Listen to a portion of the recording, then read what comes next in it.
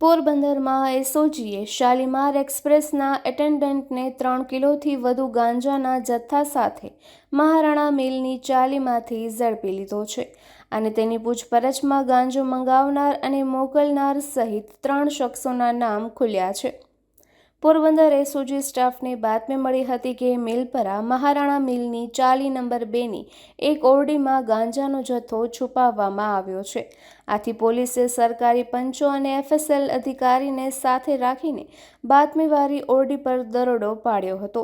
ત્યાં હાજર રહેલા મૂળ મધ્યપ્રદેશના શિવપુરી જિલ્લાના અને હાલ પોરબંદરમાં રહેતા રાજેશકુમાર આશારામ લોધીને પોલીસે ઝડપી લીધો હતો। પોલીસે ઓરડીની તલાશી લેતા દિવાલ પાસે રાખેલા લાકડાના ઘોડા પાસે રહેલ થેલાની અંદર ઓશિકાના કવરમાં ખાખી કલરની ટેપ વીંટાળેલા 6 પડીકાઓ છુપાવેલા હતા।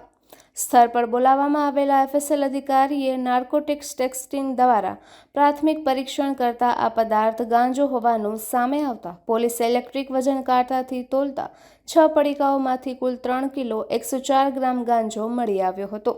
આથી પોલીસે રૂપિયા 1,55,000ની કિંમતનો ગાંજો, 5,000નો મોબાઈલ મળી કુલ 1,60,000નો મુદ્દામાલ કબજે કર્યો હતો। પકડાયેલા આરોપી રાજેશની કડક પૂછપરછ દરમિયાન ડ્રગ્સ નેટવર્કનો મોટો ખુલાસો થયો હતો।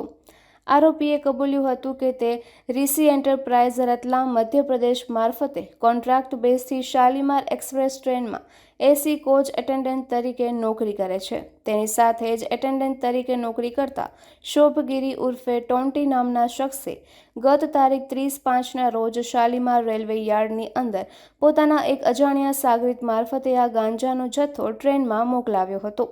રાજેશ આ જથ્થો ટ્રેન મારફતે પોરબંદર લાવ્યો હતો અને અહીં રેલવેના કર્મચારીઓને રહેવા માટે રાખેલી મહારાણા મિલની ચાલીની ઓરડીમાં છુપાવ્યો હતો।